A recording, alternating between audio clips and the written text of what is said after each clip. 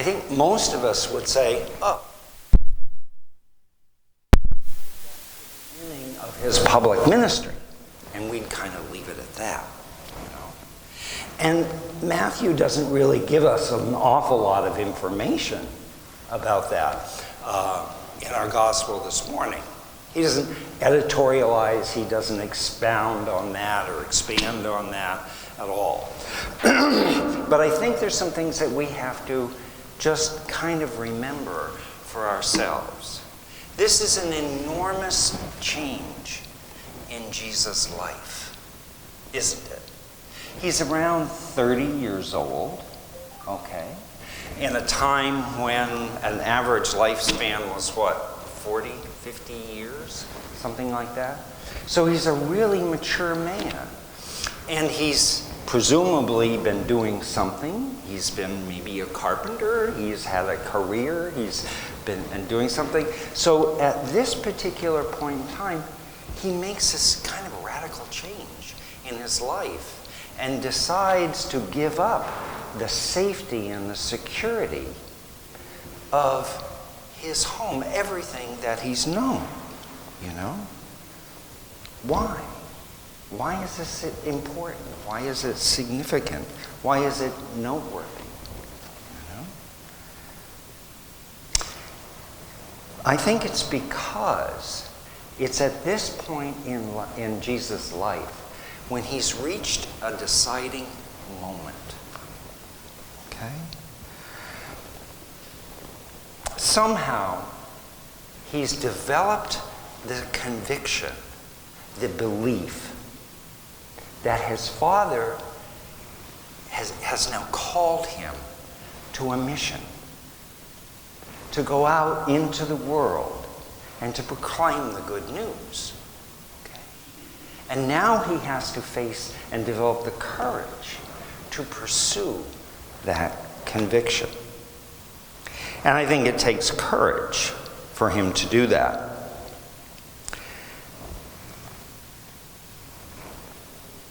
Did he understand the implications of his decision to leave the safety and security of Nazareth and go into a world of uncertainty?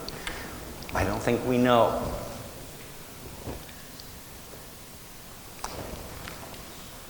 I think, though, that we all have deciding moments in life like this, where we can go one way or we can go another. And we face the same kind of uncertainty that Jesus did. Okay? Will we be successful? Will we fail? We don't know. But there are times in our lives when we know we can't ride the fence. We can't ponder too long. We have to make a decision to go down this path in the forest or this path. That's the nature of life. And I think everybody in here has faced those moments at some point in your life. And there's no crystal ball, is there? It would be kind of nice if there was, right? If we had a crystal ball that we could just kind of look down on and say, okay, let me know. Am I going to be successful? Or am I going to fail in this? Because if I'm going to fail, I think I might decide something else, right? But we don't have that, do we? It would be kind of nice. It would be nifty, if you will, right?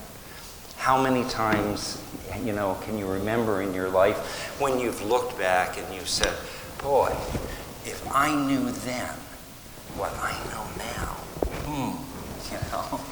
I would have done it differently. Okay? It's like kind of jumping in a pool where we don't know whether the water is warm or the water is freezing cold.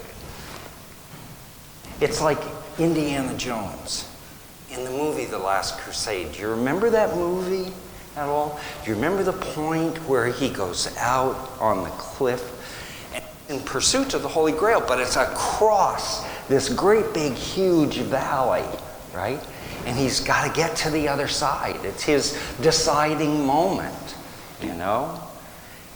He's operating under the conviction that it's necessary. I've got to get to the other side, you know? And if you remember that scene in the movie, he stands on the edge and I can always see his face. And it's that perfect moment of absolute terror and fear where he has to make this decision. If I step out, will I have sure footing, or will I plunder into the depths? You know? And we all breathe a sigh of relief, don't we? When he sticks his foot out there like that and kind of just steps down, right? And we know there's something there for him to support him. Okay?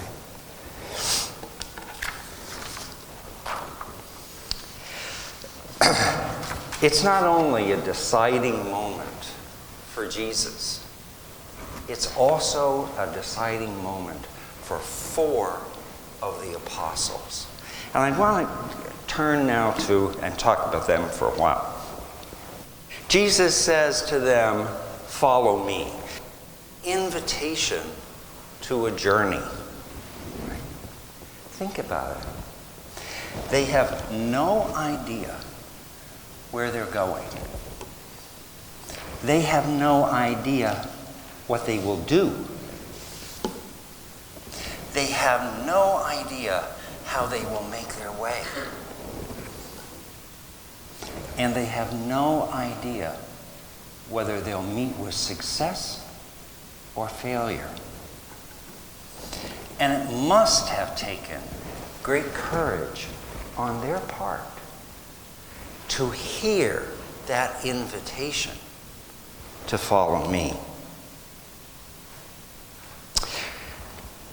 And I want to talk now about the way that they accept, the way they receive and they accept that invitation. Because I think that's important. And it's interesting in this gospel. At least it is to me. I'm struck by how immediately, how quickly they do this. One commentator that I read when I was kind of doing some research, background research for this morning, called it radical obedience. And I think those are exactly the right words to describe what they do. Radical obedience. Simon and Andrew leave their nets. James and John leave their boat. And if we look at that for a minute, it's so quick and it's not what we expect. What might we expect? What might a normal, rational person have done? What might you or I have done? Well, to understand it, to get some kind of clarity on what was going on, we might have said, "Hey, Jesus, could you just fill me in? Could you just kind of let me know what's going on? Could you just kind of give me some indication of what this is all about?" Those are not unreasonable questions, are they? Right? They might have pondered what they were leaving behind. They might have said, "Ooh, wait a minute, does this make sense? I've got a kind of a good business here. I'm a fisherman. This is profitable stuff here, okay? What am I supposed to do with my boats? What am I supposed to do with my nets, my fishing equipment?" Right? Kind of reasonable question. They might have said, "Hold off just a minute, Jesus. Hold off. I need to go talk to my family. Okay? I need to maybe check my bank balance." Okay? Reasonable kinds of things that any one of us might do or might ask. But that's not what happens. Matthew doesn't say anything about that. He gives us no details. He just says immediately they dropped what they were doing and they followed. Radical obedience. Now, I don't know about you, but I kind of wondered about this when I was thinking on it. I kind of scratched my head. And I said, what motivates this radical obedience? Right? And then I thought, well, you know, we know from John's Gospel that the four of them were probably already disciples of John the Baptist. We don't hear that in Matthew. We hear that in John. And so we might think to ourselves, when Jesus says, repent, for the kingdom of heaven has come near, that might have resonated. That was John's message. That was something they could understand. Okay, well, that makes good sense. But would that have been enough to motivate them to this radical obedience? I don't know. Did God somehow implant something on their souls that kind of preconditioned them to be receptive to Jesus' words, follow me? Maybe. Might that have accounted for this? I don't know. We might be tempted to just say, I'm not so sure it really happened that way, that they just dropped everything and went off. But before you discount that possibility, this radical obedience, let me mention a list of names. And I'm not going to talk about it. You just think for a moment.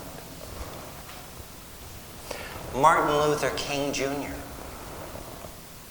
whom we just celebrated last Monday, right? Desmond Tutu, Mahatma Gandhi, Dorothy Day, Nelson Mandela. Each of these people were modern day John the Baptists. Each of these people were modern day fishermen become apostles, who had the courage and the conviction to follow their call, to speak the truth in a world of lies and deception and ignorance, hatred and oppression.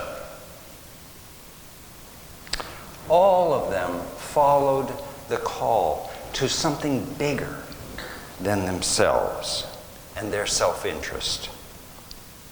I think when we hear God's call, it is often to a lonely and uncertain place where our words and actions may be misunderstood, ignored, criticized, and maybe even scorned. And wasn't that true of Jesus? Wasn't that true of the apostles? And wasn't it also true of these people that I mentioned from our contemporary world this morning?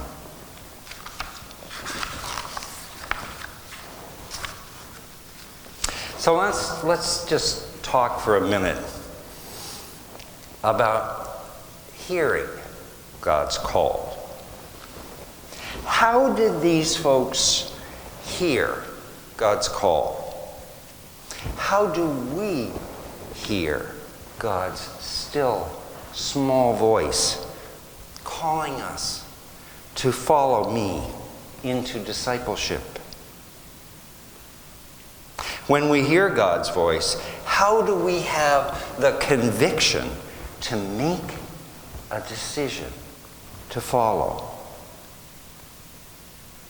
Well, the answers to, I think, the first two questions are pretty simple. Listen.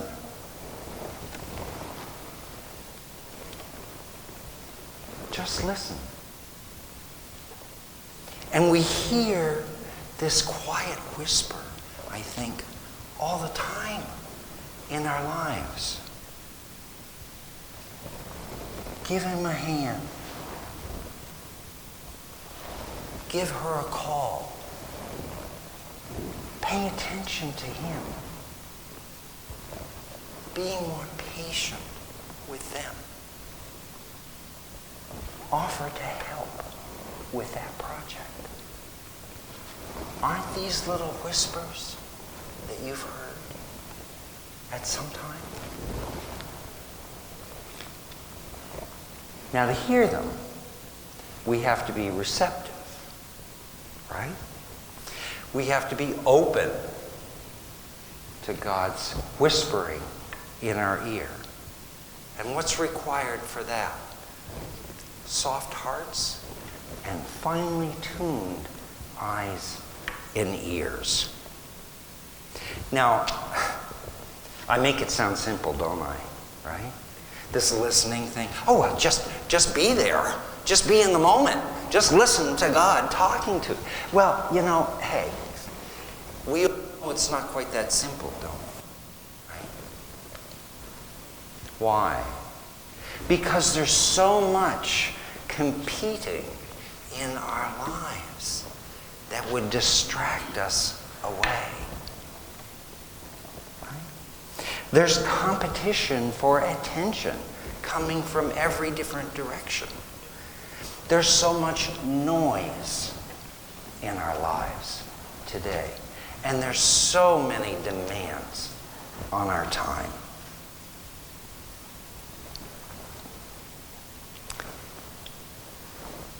But I think the Father knows this.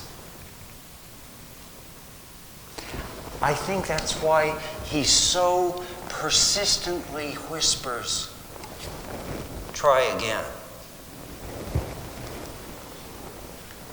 And when we do try again, and we succeed, that's when we face a decision point. Do I really believe that God is speaking to me? Do I really hear a call to discipleship? And when the answer is yes, that's the turning point. That's when we say, yeah, I believe. And we develop the conviction that's necessary. And that's when we accept God's invitation. Once we hear and we respond, I'm not too sure that we have to worry all that much about the courage.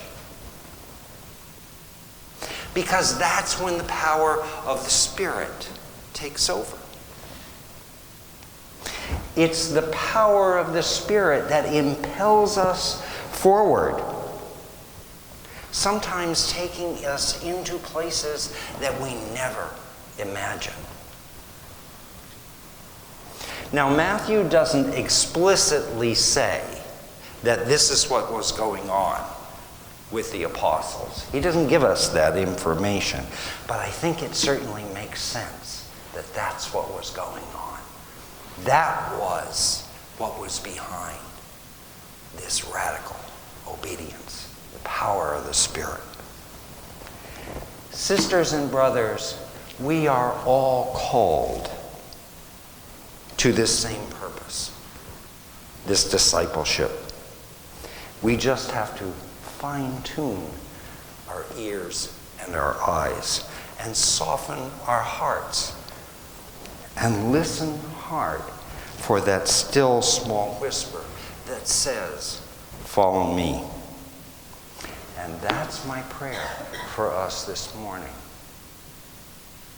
That we would listen and that we would hear. Let us pray. Gracious Father, give us the grace to hear your call and the courage and conviction to answer. Grant us the power of your Spirit to guide us forward, even if the Spirit might take us to a place where we've never been before. Thy will be done. Amen.